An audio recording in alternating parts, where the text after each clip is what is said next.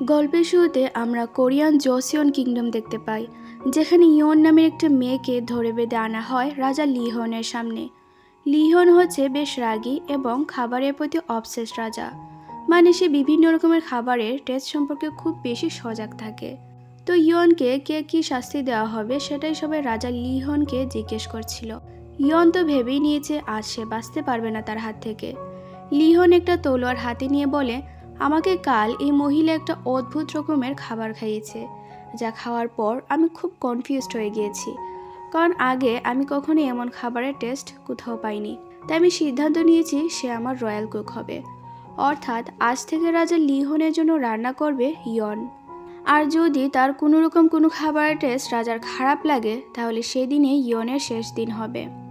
এবার ইয়ন মনে মনে বলে, কি বদরাগী শয়তান রাজা, এই পাগল আমাকে নির্ঘাত মেরে দিবে যদি আমি তার কথায় রাজি না হই।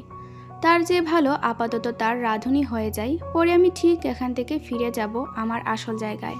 ইয়ন রাজাকে বলে, আমি রাজি, আমি আপনার জন্য যতটা সম্ভব ততটা ভালো রান্না করার চেষ্টা করব। এবার ইয়ন আমাদেরকে তার ব্যাপারে বলে। ইয়ন বলে, আপনারা হয়তো আমাকে বিশ্বাস করবেন না যে আমি আসলে 2025 সাল থেকে হঠাৎ করে এই কোরিয়ার রাজার রাজ্যের সময়ে চলে এসেছি। কি ভাবছেন কিভাবে আমি এখানে ফেসে গিয়েছি? তাহলে শুনুন আমার কাহিনী। এবার দৃশ্য আসে ইয়নের ফ্ল্যাশব্যাকে, অর্থাৎ 2025 সালে। ইয়ন একটা বেস্ট শেফ কম্পিটিশনে অংশ নিয়েছে। সেখানে ইয়ন বেশ ইউনিকভাবে একটা ডিশ রান্না করে। যার যখন জিজ্ঞেস করে এটা কি বানিয়েছে সে, তখন ইয়ন উত্তরে বলে, এটা কোরিয়ান জোসিয়ন কিংডমের একটা ডিশ। রাজা লিহন ছিল খুব রাগী এবং ভালো খাবার বিশেষজ্ঞ, আর এই ডিশটা ছিল রাজার প্রিয় ডিশ, তাই আমি সেটাই সেই অনুযায়ী বানিয়েছি। বিচারকরা এটা খাওয়ার পর কথা বলতেই ভুলে যায়, কারণ তাদের অনেক বেশি ভালো লেগেছে। আর বিচারকরা খুশি হয়ে ইয়নকে উইনার ঘোষণা করে এবং সেই সাথে তাকে 3 স্টার রেস্টুরেন্টের শেফ হিসেবেও নিয়োগ দিয়ে দেয়। ইয়নের তো খুশির কোনো ঠিকানাই নেই। সে পরদিন তার বাবাকে কল করে এই সবটা জানায় আর প্রাইজ মানির ব্যাপারেও জানায়। তার বাবা বলে, তো বাড়ি ফিরে আসছো তো? ইয়ন বলে, হ্যাঁ আমি আসছি বাবা। তারপর তার বাবা বলে, তো আজ আবার সূর্যগ্রহণও আছে। ইয়ন বলে, ভালোই তো, তাহলে আমিও দেখতে পারবো। তার বাবা বলে, আসার সময় একটা বই নিয়ে এসো, আমার দরকার ছিল। সেটা হচ্ছে জোসিয়ন হিস্টোরিক্যাল রেকর্ডের। ইয়ন ফ্লাইটে ওঠার আগে বইটা সংগ্রহ করে আর প্লেনে উঠে পড়ে। খাবার আসলে ইয়ন কিছু খাবার তার পকেটে রাখে পরে খাওয়ার জন্য।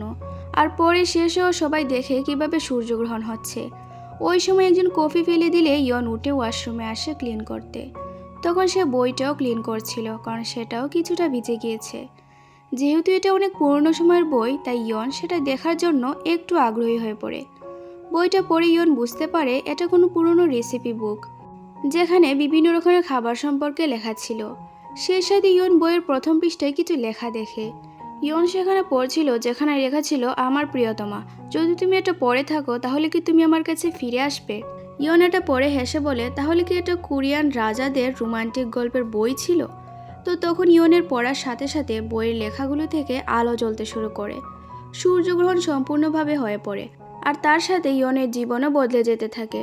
ওয়াশরুমে যেন ঝড় চলে আসে, ইয়ন উড়তে থাকে আর বই থেকে অনেকগুলো আলো বেরিয়ে আসে। ইয়ন কিছু বুঝতে পারছে না কি হচ্ছে। তখন সে একটা বড় জোরে ধাক্কা খায় আর প্লেন থেকে বেরিয়ে কোথায় থেকে কোথায় জানি পড়তে থাকে। তার নিজের মধ্যে কোনো কন্ট্রোল নেই, কারণ তাকে বইটা তার ভেতরে টেনে নিয়েছে। ইয়ন উড়তে উড়তে এসে পড়ে একটা জায়গায়, আর সেখানে পাতানো ছিল একটা ফাঁদ। সেই ফাঁদে ইয়ন বেহুশ হয়ে পড়ে। তার পকেটে সেই বইটাও ছিল। এদিকে আমরা রাজা লিহনকে দেখতে পাই। রাজার একটা কষ্টকর অতীত আছে, যার কারণে সে আজ এত নির্দয় স্বভাবের হয়ে গিয়েছে। ছোটবেলায় কোনো কারণে রাজা তার মাকে হারিয়েছে, আর এখন সে কষ্টের মধ্যে থাকতে থাকতে সেটাকে নিজের শক্তি করে ফেলেছে। রাজা লিহন আজ একটা হরিণের শিকার করে আর সেটাকে রয়্যাল মিলে নিয়ে যেতে বলে। অন্যদিকে রাজার দাদিমা বেশ চিন্তায় ছিল, কারণ আজ লিহনের বাবার মৃত্যুবার্ষিকীর রিচুয়াল ছিল, কিন্তু সে তো আসছে না। তাই দাদিমা ভাবছিল সে আবার তার মায়ের খুঁজে যায়নি তো। এদিকে রাজা লিহনকে তার সেনাপতি জানায় সূর্যগ্রহণ হচ্ছে, তার উপর আপনি রিচুয়ালে যাননি। বলা হয় যে এই সময় নাকি মহিলা ভূত আসতে পারে। লিহন যদিও এইসবে বিশ্বাস করে না, তাই সে বলে ফেলে সূর্যগ্রহণে সে প্রাসাদে যাবে না, আর এটাই সে ঠিক করেছে। সে এখানে আজ শিকার করে যাবে যাই হোক না কেন। এদিকে ইয়নের হুঁশ ফিরতে তার বেহুশ হয়ে যাওয়ার অবস্থা হয়ে যায়। কারণ সে বুঝতে পারছে না কোথায় আছে আর কেন এইভাবে নেটের মধ্যে ঝুলে আছে। মোবাইল বের করে কিন্তু সেখানেও কোনো সিগন্যাল পায় না। ওই সময় সেখানে কিছু তীর আসে, কারণ রাজা লিওন একটা শেয়াল শিকার করছিল। ইয়নও তখন নেট থেকে ছাড়া পায় আর বলে, আরে কোন মাথা খারাপ, মানুষের গায়ে তীর চালানো অবৈধ জানো না? কে এসব করছে, সামনে আসো। তখন ঘোড়ায় চড়ে আসে সামনে রাজা লিহিয়ন। লিহিয়ন বলে, কে তুমি? ইয়ন বলে, ও তুমি কোরিয়ান। লিহিয়ন ইয়নের কাপড় চোপড়ের ধরন দেখে ভেবে নেয় সে সন্দেহজনক কেউ, তাই তাকে তীর মারার জন্য রেডি হয়ে পড়ে। ইয়ন বলে, আরে আমাকে মারছো কেন? তোমার শেয়াল ওই দিকে গিয়েছে, আমার পিছু ছেড়ে দাও। কিন্তু লিহিয়ন তো কারো কথা শোনার মতন কেউ নয়, তাই সে ঘোড়া নিয়ে ইয়নের পেছনে যেতে থাকে। ইয়ন দৌড়াতে দৌড়াতে পাহাড়ের চূড়ায় এসে পড়ে।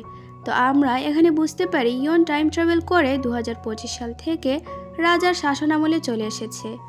তো ইয়ন ঘুরে দাঁড়িয়ে বলে, আরে কে তুমি? আমি বলছি না শেয়াল অন্যদিকে গিয়েছে।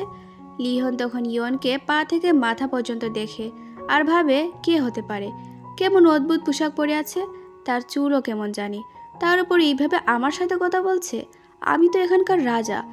ইয়ন ভাবে হয়তোবা এরকম পোশাক আশাক পরে ছেলেটা কসপ্লে করছে, কিন্তু তাই বলে সত্যি তীর কেন চালাবে?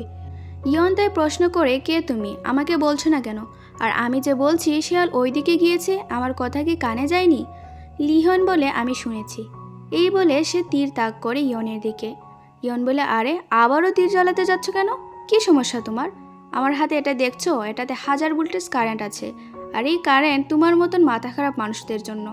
ইয়নের হাতে এই শক দেওয়ার যন্ত্র দেখে লিওন ভাবে, তাহলে কি সত্যি কোনো ভূত এসে পড়লো আমি রিচুয়াল মিস করেছি বলেই? লিওন প্রশ্ন করে বলে, তুমি কি মানুষ নাকি ভূত নাকি 9 লেজওয়ালা শিয়াল? ইয়ন বলে, আরে ধুর, আমি এসব কিছুই না, আমি একজন মানুষ। লিওন বলে, তোমাকে কে শুধু একজন মানুষ বলবে?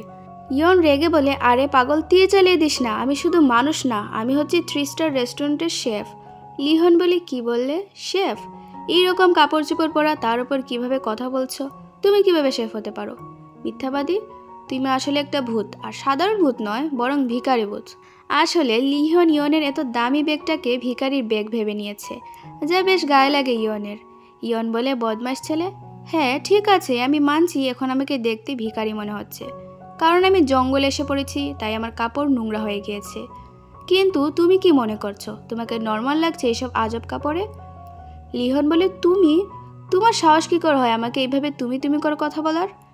ইয়ন বলে, তো তোমাকে আর কিভাবে কথা বলবো? তো তুমি কি আসলে কোনো অভিনেতা?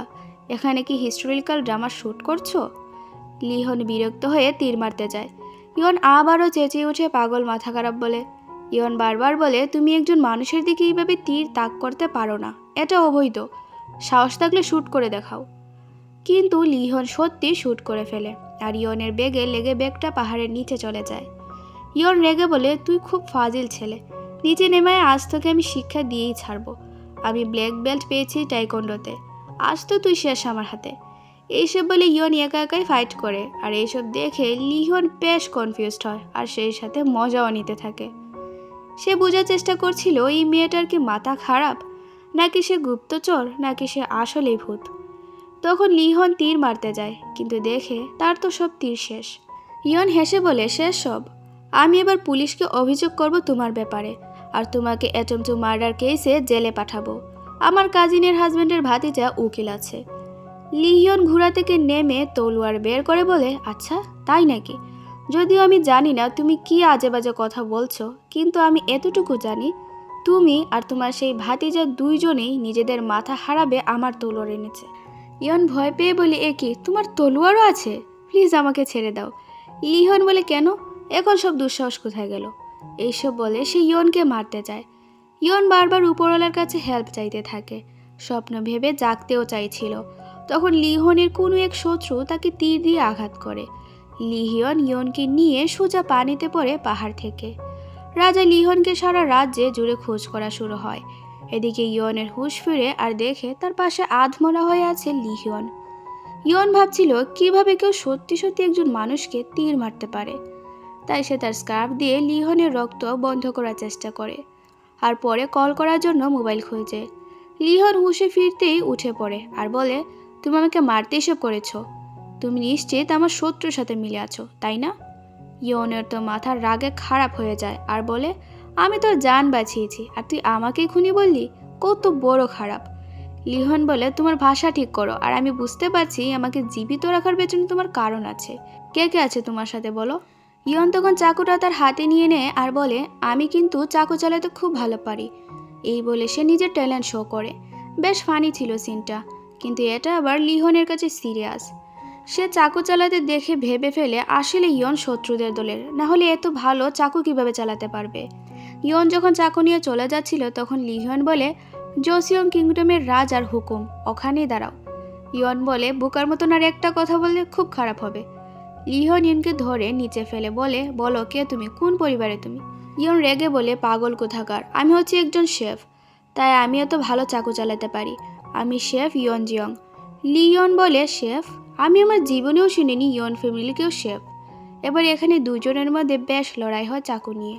আর লড়াইয়ের এক পর্যায়ে রাজামশাই তার নরম মাথায় ধাক্কা খান ইয়নের সাথে, আর ওখানেই তিনি বেহুশ হয়ে পড়েন। ওই আর কি, বেচারা খুব আদর যত্নে থাকে, তাই একটা মাথায় ধাক্কা লাগতেই বেহুশ হয়ে যায়। ইয়নও সুযোগ বুঝে লিহনকে হাত পা বেঁধে রেখে দেয়। লিহন হুঁশে ফিরে বলে তোমার সাহস কম না, আমাকে বেঁধেছ, মরার ইচ্ছা আছে নাকি। ইয়ন বলে ধুর, তোমার এসব কথা রাখো, আর আমার সাথে চলো, না হয় এখানেই পড়ে থাকো। লিহন বলে ঠিক আছে, আমাকে কত দূর নিয়ে যাবে মারার জন্য। ইয়ন বলে এই তোমার কি সত্যি মাথা খারাপ? আমি যদি তোমাকে মারতেই চাইতাম তাহলে কি এখন পর্যন্ত বাঁচিয়ে রাখতাম। লিহন বলে আমাকে বেঁধে রাখছো আর ভাব করছো যেন আমাকে সাহায্য করছো। ইয়ন বলে তো তুমি এতটুকু তো বুঝতে পারছো যে আমি তোমাকে বাঁচাতে চাইছি। লিহন বলে না, বরং আমি এটা বুঝতে পারছি তুমি আমাকে না মেরে অন্য কিছু করার চেষ্টা করছো। তোমার উদ্দেশ্য কি সেটা বলো। ইয়ন বলে তো আমি যে মানুষ সেটা তো অন্তত বিশ্বাস করছো। লিহন বলে তুমি একটা মহিলা ভূত, আর আমি এটা আগেই বলেছি। ইয়ন হেসে বলে সত্যি, আর কি বলবো, চলো আমার সাথে। এই বলে সে এখানকার একজন রাজাকে বেঁধে টেনে হিঁচড়ে নিয়ে যায়। ভাবা যায় সত্যি সামনে ইয়নের কপালে কি যে আছে কে জানে। অন্যদিকে লিহনের রানী মগজু চিন্তিত হয়ে পড়ে, কারণ কখনো তো শিকার করতে গিয়ে এত দেরি করে না রাজা ফিরতে। তো মগজু একটা ফ্ল্যাশব্যাকে যায় যেখানে সে 7 বছর আগে কারো খুন করেছিল, আর তাই তাকে বন্দি করে টর্চার করা হয়। তখন সেখানে একজন লোক আসে আর সে মগজুকে কাজ দেয় এই রাজ্যের রানী হয়ে রাজার কাছাকাছি থাকার জন্য। হতে পারে এখানে তাদের কোনো লক্ষ্য থাকতে পারে, যা আমরা পরে গিয়ে জানতে পারবো। এদিকে রাজা হারিয়ে যাওয়াতে মিটিং বসে তাকে ফিরিয়ে আনার পরিকল্পনা করার জন্য। অন্যদিকে জঙ্গলে হাঁটতে হাঁটতে লিহন বসে বলে আমার জন্য পানি নিয়ে আসো। ইয়ন বলে তুমি কি সত্যি নিজেকে এখানকার রাজা ভাবছো। লিহন বলে অবশেষে তুমি বুঝতে পারলে আমি হচ্ছে এই দেশের রাজা। ইয়ন বলে তার মানে আঘাত তোমার বুকে না, বরং মাথায় লেগেছে, তাই না। লিহন বলে আমি বুঝতে পারছি তুমি বিশ্বাস করতে চাইছো না। আমি রাজা, এটা মানতে নিশ্চয়ই কষ্ট হবে আমার শত্রুদের। আমি বুঝতে পারছি ব্যাপারটা, আমার কাপড়টাই দেখে নাও। ইয়ন বলে এইরকম কাপড় ভাড়া করে 100টা পাওয়া যায়। লিহন বলে চুপ করে যাও বলছি, আমি রাজা হয়ে কাপড় ভাড়া করব? তুমি কেন বিশ্বাস করছো না আমি রাজা। ইয়ন বলে তা তুমি কেন বিশ্বাস করছো না আমি শেফ। লিহন তখন বলে সত্যি তুমি কি করবে বলো তো, যখন জানতে পারবে আমি রাজা। ভেবে রেখে নাও তখন তোমার কি অবস্থা হবে। তুই এখানে প্রচুর তর্ক বিতর্ক হয় রাজাকে আর শেফকে নিয়ে। ইয়ন পরে একটা ঘর দেখে সেখানে এসে বসে। লিহন বলে এইসব জায়গা আমার, আর এখানে মানুষ নেই, কারণ আমি এখানে শিকার করতে আসি। তোর সেখানে ইয়ন গল্প করতে শুরু করে এমন একটা রাজার, কারণ লিহন যা আচরণ করছিল সেটা মিলে যায় ইয়নের পড়া ইতিহাসের অত্যাচারী বজ্রাগী রাজা লিহনের সাথে। ইয়ন বলে সে এমন এক রাজা যে কিনা মানুষকে ঘর থেকে বের করত, যখন খুশি যাকে খুশি মারত, বন্দি করত, আর তার কাছে প্রতিদিন অনেক মহিলা পাঠানো হতো। খুব ওই মহিলা পাগল টাইপ রাজা সে। লিহন বলে তুমি কার ব্যাপারে বলছো, আমার ব্যাপারে বলছো না তো। ইয়ন বলে আরে না, আমি রাজার ব্যাপারে বলছি যে কোরিয়া শাসন করেছে কয়েকশো বছর আগে। খুবই বাজে চরিত্রের রাজা সে। লিহন বলে চুপ করো, তুমি রাজকীয় ব্যাপার স্যাপার সম্পর্কে আসলেই জানো না। একজন রাজার কর্তব্য হয় উত্তরাধিকারী রেখে যাওয়া, তাই সে তার দায়িত্ব পালন করে মহিলাদের মাধ্যমে। তাই বলে সে মহিলা পাগল এইসব বাজে কথা কে বলেছে তোমাকে। ইয়ন বলে হয়েছে, আর তোমার বেকার অজুহাত আমাকে শুনতে হবে না। সে ছিল একটা মহিলা পাগল রাজা। লিহন বলে তোমার ভাষা ঠিক করে বলছি। ইয়ন বলে তোমার রাগ আসছে কেন, আমি তো তোমাকে কিছু বলছি না। যাই হোক আমি কাপড় বদলে আসি। ইয়ন তখন ঘরের মধ্যে আওয়াজ পেয়ে ভেতরে আসে, আর সেখানে সং নামের একটা মেয়েকে দেখে। সং ভাবে ইয়ন চোর, আর সে চুরি করতে এই জায়গায় এসেছে। ইয়ন বলে আর আমি চোর না, আসলে আমি বিপদে পড়ে এখানে এসেছি। সং বলে ধীরে কথা বলে, এটা রাজার শিকার করার এলাকা। এখানে কারো থাকার অনুমতি নেই, আমিই লুকিয়ে থাকছি। এবার ইয়ন বলে, কি ব্যাপার, এখানে সবাই আজব কেন কথা বলছে, এই মেয়েটাও রাজা রাজা করছে।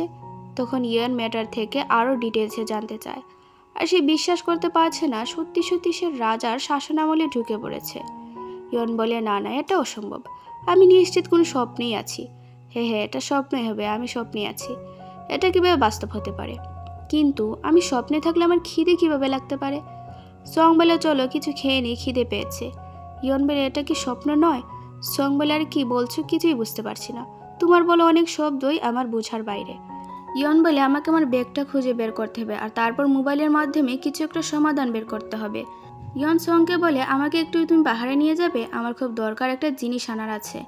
তো তারপর সং আর ইয়ন মিলে রান্না শুরু করে। ইয়ন তার পকেটে করে আনা 2025 সালের একটা মশলা আর বাটার পায়, আর সেগুলোর সাথে মিক্সড করে সে একটা খাবার তৈরি করে, যা খাওয়ার পর লিহনের ঝালে অবস্থা খারাপ হয়ে যায়। লিহন বলে, এবার কি সত্যি খাবারে ঝাল দিয়ে আমাকে মারবে? তো সঙ্গেরও ঝাল লাগে।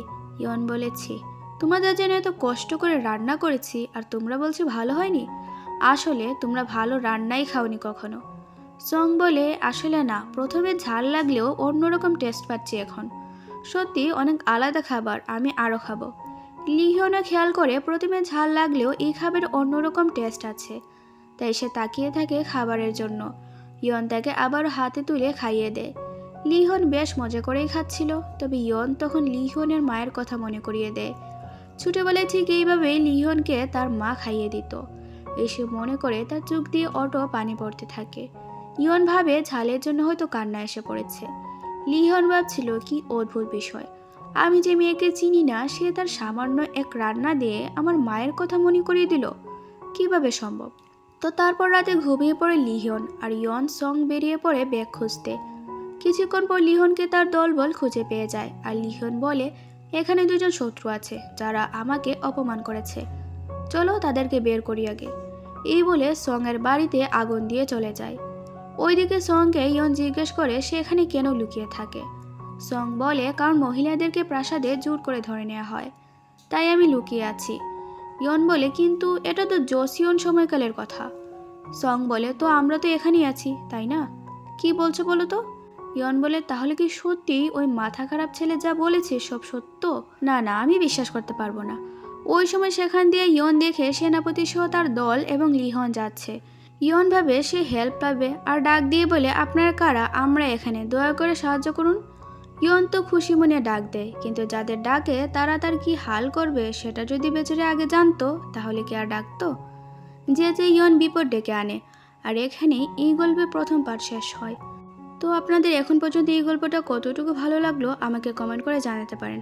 ভালো থাকুন, কথা হবে পরের পার্টে। ধন্যবাদ।